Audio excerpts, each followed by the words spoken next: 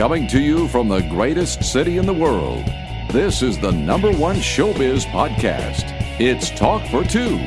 Here's your host, Matt Bailey.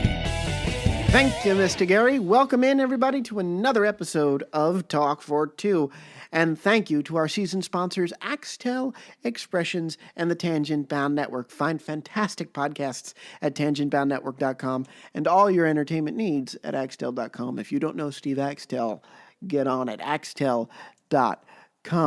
This week, we have another guest I am proud to say I have a connection to. If you work in New York City comedy, there is no way you are unfamiliar with Al Martin. This man virtually created the modern landscape of all the shows at comedy clubs that give up-and-coming comics stage time. Owner of the Broadway Comedy Club, where I perform my own full-length show monthly, he has seen many of today's brightest stars duke it out with a drunk crowd and a mic stand to hone their craft.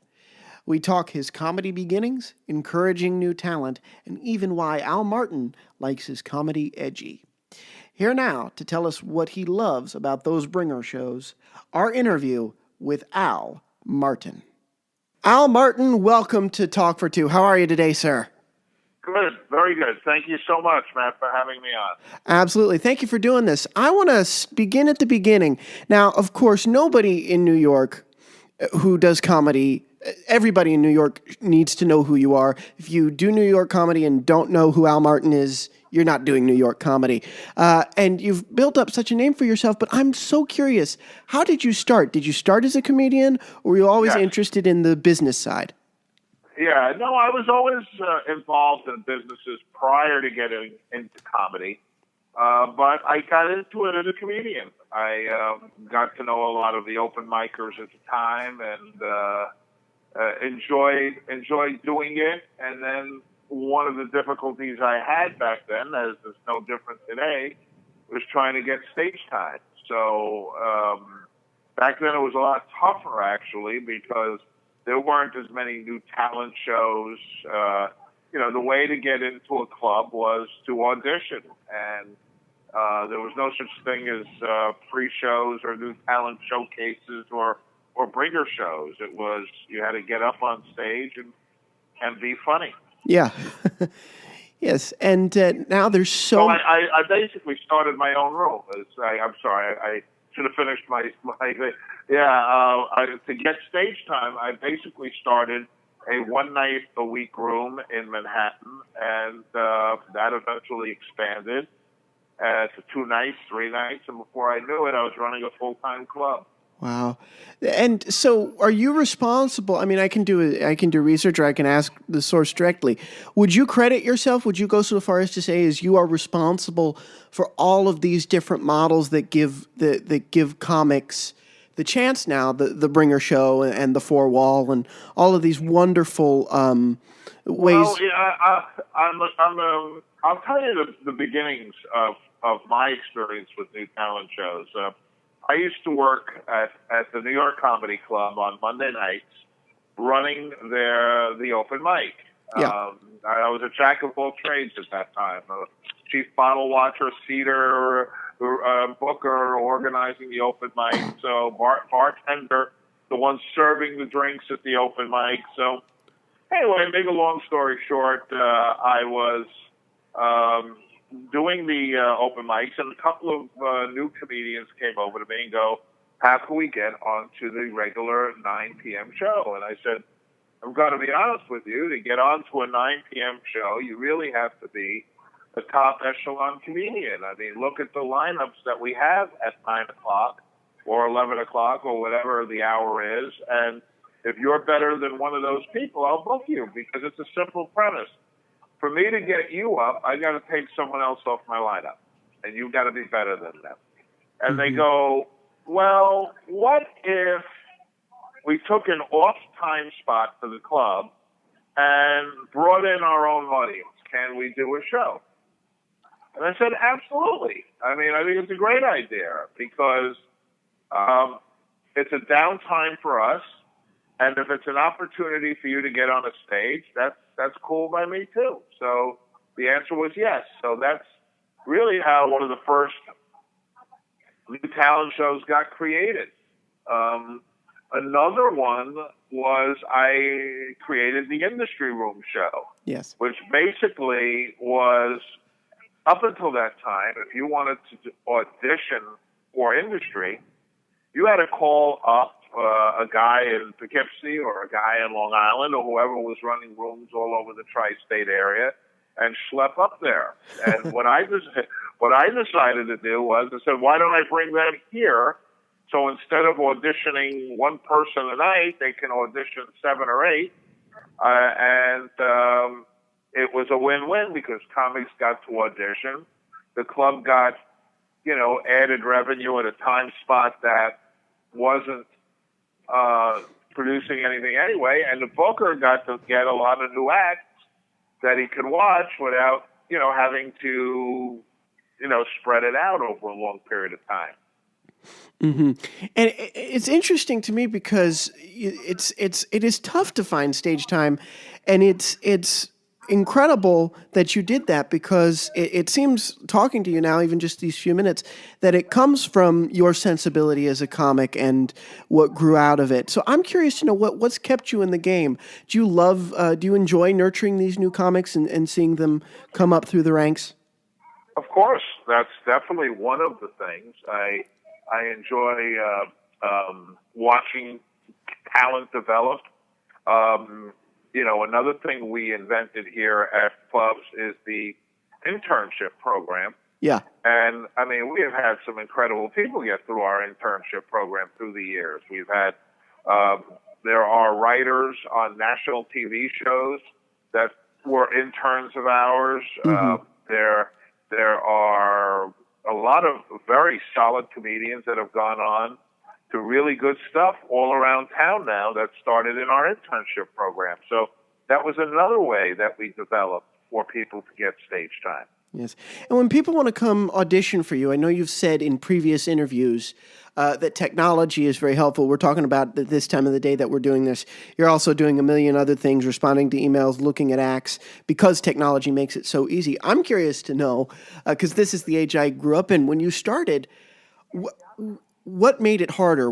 How would you have to do it? How laborious was the process? Well, nowadays, there's so many ways to get stage time. There's new talent showcases, there's bar shows, there's internships, there's producing your own show. Yeah. People produce their own show and trade off with other people producing shows.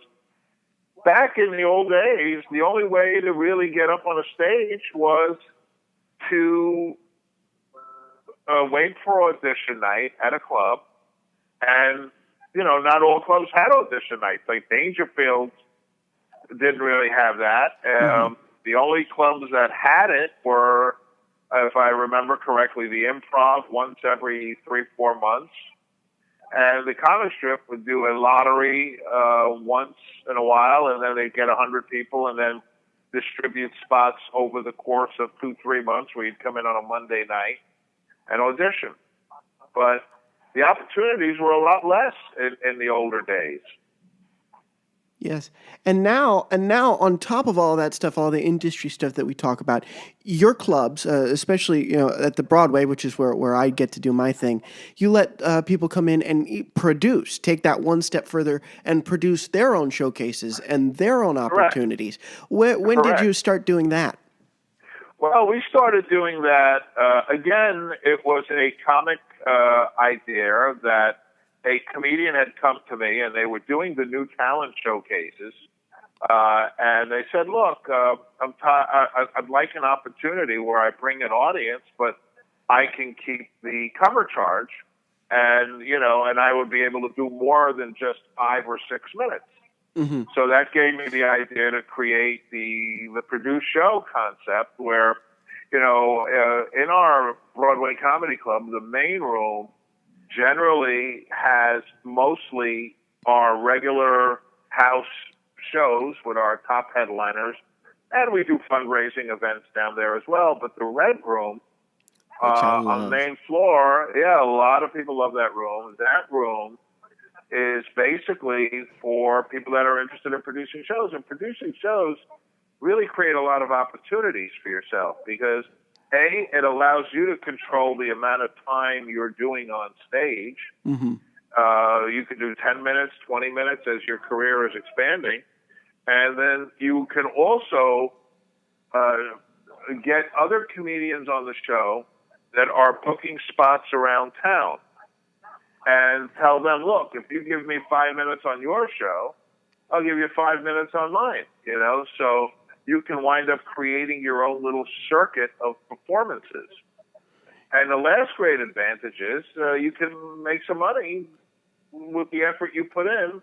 If you charge a cover, the cover goes to the performer, and then they can do whatever they want with that. So it's a win-win. It's a win for us, And, one of the big complaints you hear from comedians sometimes is they rag on the whole bringer show concept. Yeah. I'll never do a bringer. I don't have to do bringers anymore. Bringers are a curse on the business. Bringers are not a curse on the business if you're a person that's capable of bringing. Mm-hmm. However, if you can't bring, just don't do a bringer. But don't take the opportunity away from others that can bring and want to do it. Right. In other words, there's nobody putting a gun to anybody's head and saying you have to do a bringer show in order to succeed. Yeah. You can do it. You can do an internship, or you can produce your own show, or you can just do a lot of open mics and get popular and get seen, and people will book you on their shows. So you don't have to exclusively do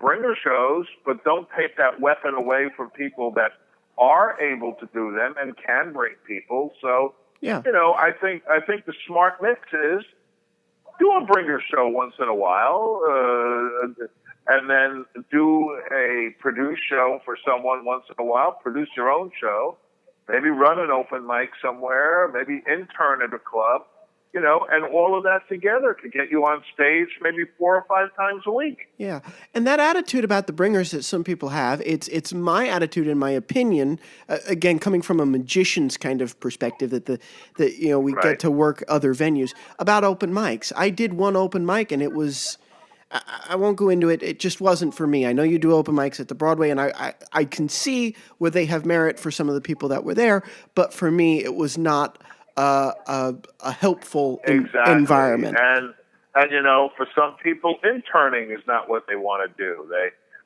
So everybody's got their own thing, and I think a smart comedian would utilize every potential weapon that's out there to be able to become a stronger comic.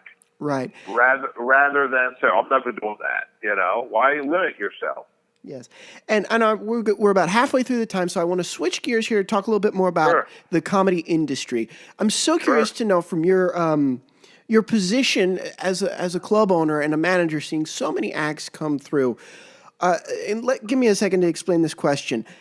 Where the line is with originality, because different comedians get into it all the time about, well, you took this joke or you took that joke, and isn't it possible that just a lot of times great minds are thinking alike? Popular comedians with similar perspectives are coming up with similar premises and setups and punches. From your perspective, where is that line to say you stole a joke or you guys are just on the same wavelength?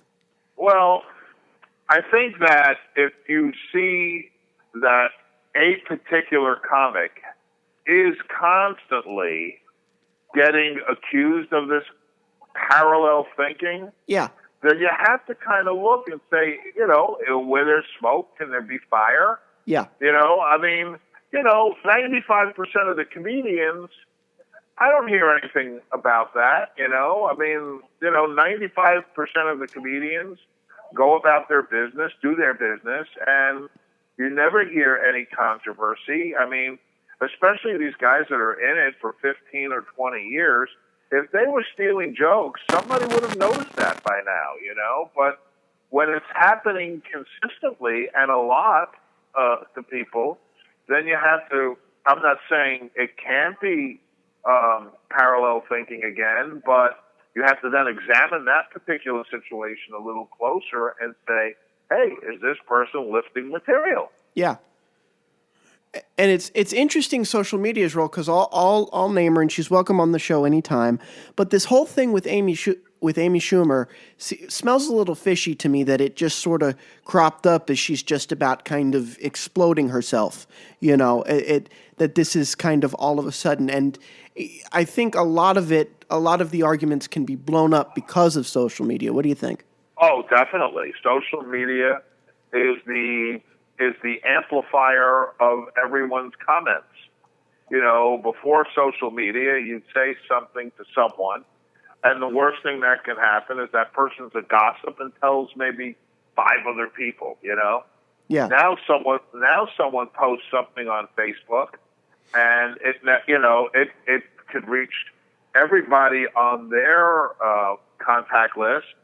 If people decide to share it, it could explode, mm-hmm. and go all over the place, So it's definitely social media exacerbates this kind of thing. Absolutely. And I'm curious, what would your advice be to comics who aren't sure if they're, I don't want to say lifting from other people, but if they're over-inspired, how they can take what they're inspired by and twist it? What you might say to those who are thinking about that? Well, I think that you should, as long as in your heart you're doing something that you feel is original, then you should do it and have your twist on it. Then if someone points out to you, well, then someone's done this exact same bit, and they've been on TV with it for 5 years or something, then for your own self-preservation, you either might want to drop the bit or reconfigure it in a way that's not looking like it was lifted from the other comedian, because the benefit of the doubt is probably going to go to the bigger name. Right. Or the person that did it on TV first. That's the old rule of thumb.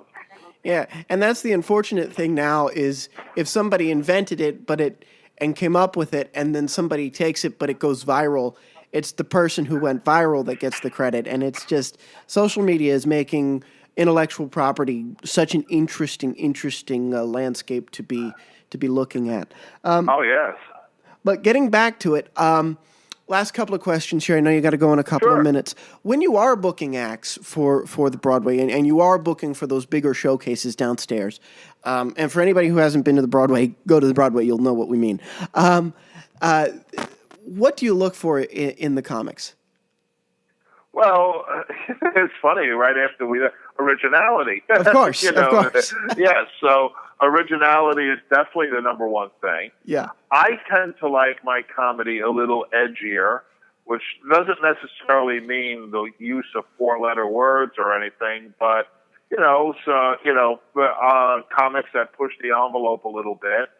Although that has to be balanced, especially at Broadway, where we get a very touristy audience, a lot of flyovers, Europeans, and they're sometimes not as tolerant of dirty language or, dirty concepts. But if you ask Al Martin personally, some of my favorite comedians were Dice Clay and Sam Kinison and Robert Schimmel and guys like that. So I definitely like my comedy a little spicy. Bobby Slayton, guys like that. Yeah, tastes vary. I know a lot of magicians particularly like to kind of keep it squeaky clean, almost biblical. But for me personally, working in your club, I walk the line a little bit because I know that, especially at an 8:00 show, which I have coming up the weekend we're taping this. Right. I know they'll have a couple drinks in them, and they want it just a tiny bit dirtier, but it is a magic show. So, it's so interesting to see everybody that comes through your club and the variation on the type of material that they do. So I gotta ask before we close this out. I have two last questions. Sure. I have to ask, what is your most memorable moment? You've seen so many comics come through your doors. What is your most memorable moment as a comedy club owner? I would say 2 stand out. One, actually, can I say 3? Please. 3 of them stand out. Please. One stand out is Bill Hicks when he was performing years back at my club. Yes.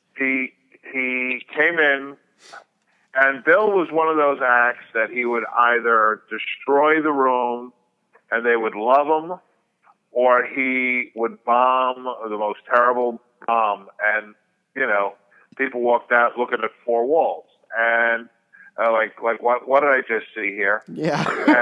And he had done a set once, and he bombed terribly. Yeah. And I went to pay him, and it was the first time in my life I ever saw a comic say to me, "You don't have to pay me for that, Al. That was just horrible." And he just kept walking out the door and, didn't take his pay. So that was a pretty incredible moment. Wow.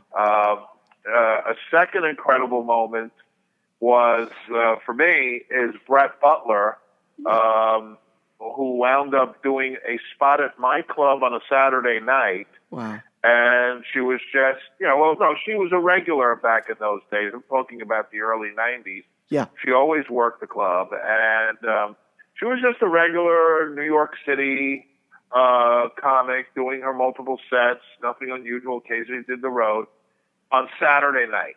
Mm-hmm. Then she did a set at another club on Sunday where Carsey Warner happened to be in the audience. Wow.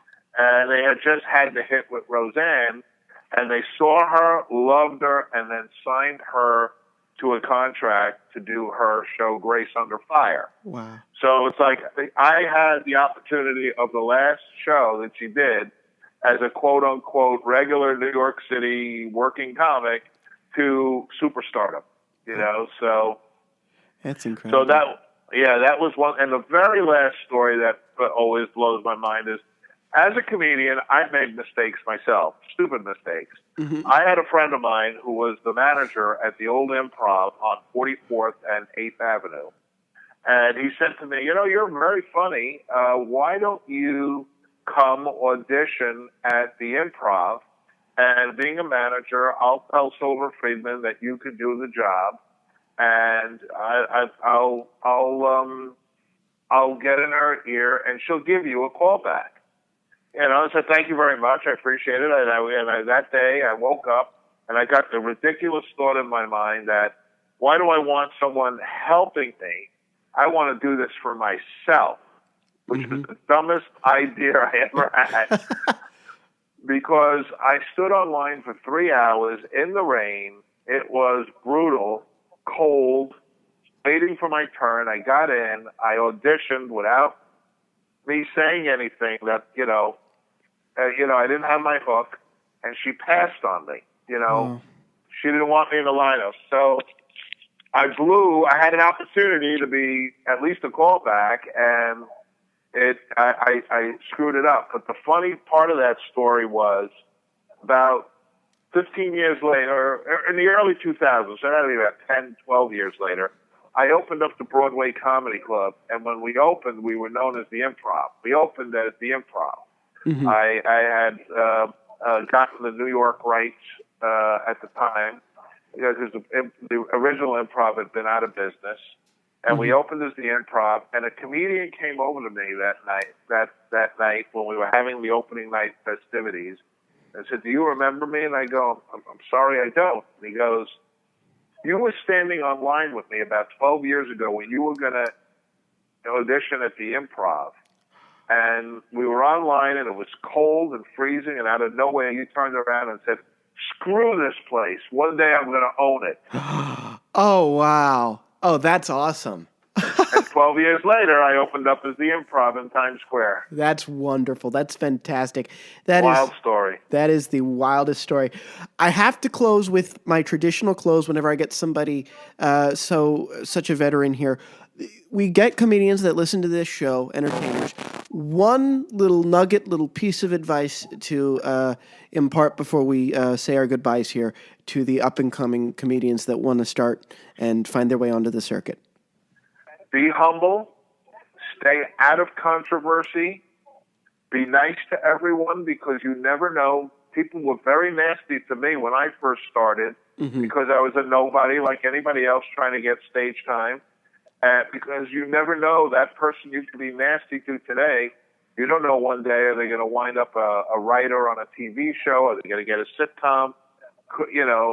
you gotta stay friends with people. You gotta stay humble and don't make enemies. Yes. I mean, if you got a minute, I'll tell you the wildest story in the world. Please. It just happened today. Please. Breaking story on your show. Absolutely. A couple of nights ago, or it might have been last night, a comic auditioned at Greenwich Village Comedy Club. Yeah. It was a very cold night, midweek.